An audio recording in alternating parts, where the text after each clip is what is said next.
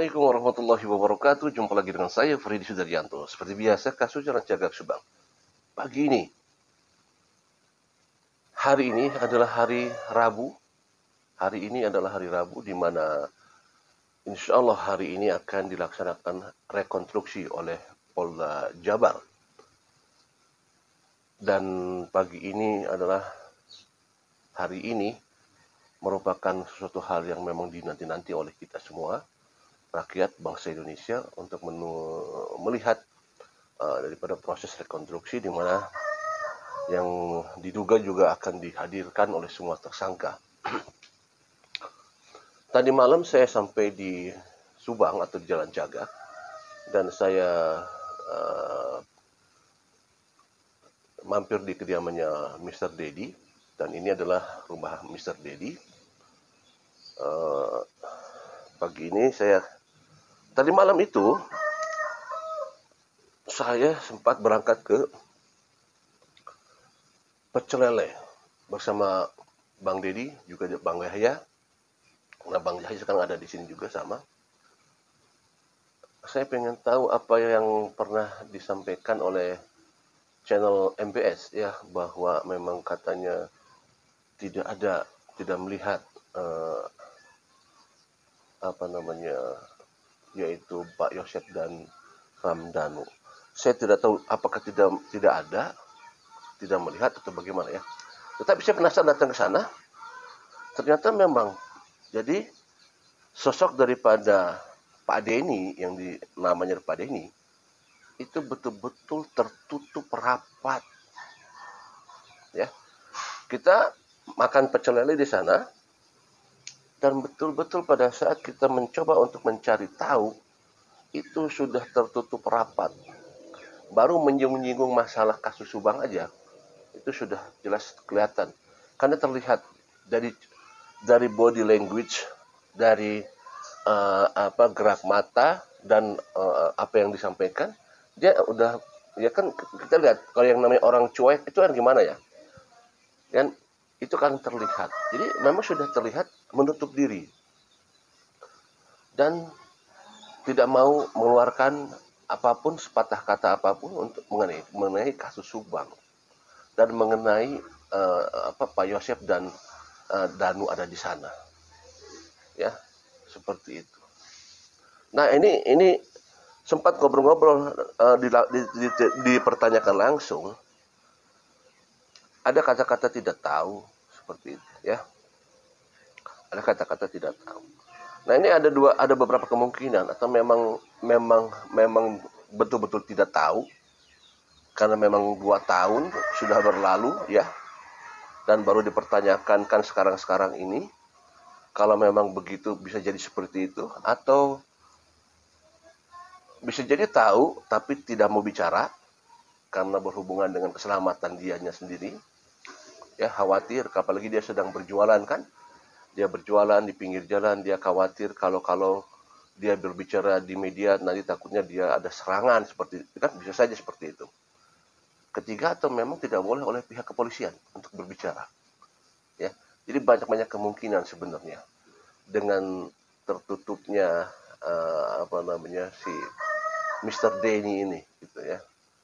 Kalau kemarin ada Mr. Dedi, sekarang ada Mr. Denny ini tertutup. Nah, sekarang begini, kita berandai-andai. Berandai-andainya begini. Andaikan misalkan dagang pecel lele ini betul-betul tidak mengetahui, tidak melihat, katakanlah karena akibat daripada memang sudah lama dan tidak mengingat siapa orang yang membeli, siapa orang yang makan di sana, dia tidak akan mengingat-ingat, misalkan, ya. Kalau seperti itu, tidak melihat seperti itu, maka kesaksian Danu yang disampaikan bahwa Danu makan di pecel lele ini akan menjadikan setidaknya adalah mengurangnya kesaksian terhadap Danu, Nah, ini yang akan menjadikan sedikit berkurangnya, seperti itu, ya. Nah, kembali lagi, jika nomor dua misalkan adalah bahwa dia tahu tapi merasa ketakutan.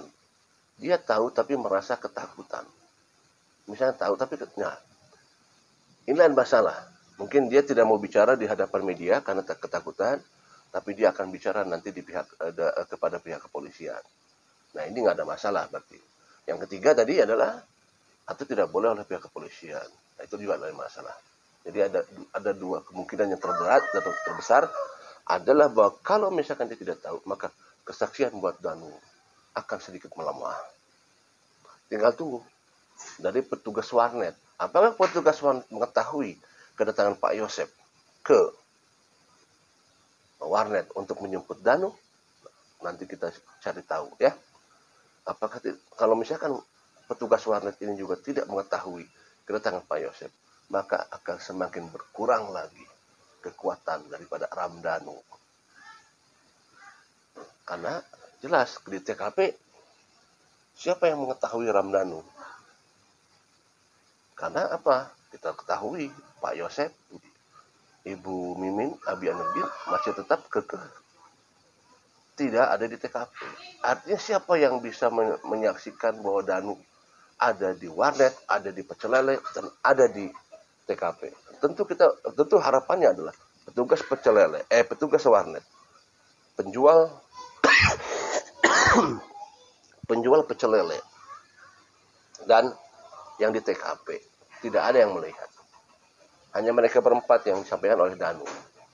Lantas bagaimana kalau kita berbanding ke masalah kekuatan yang ada di Danu, artinya kekuatan kesaksian, siapa yang menyaksikan keberadaan Danu di sana? Inilah sebenarnya yang akan nanti sedikit ramai di pengadilan nanti, atau mungkin juga di pra peradilan juga ini akan sedikit ramai nantinya, seperti itu.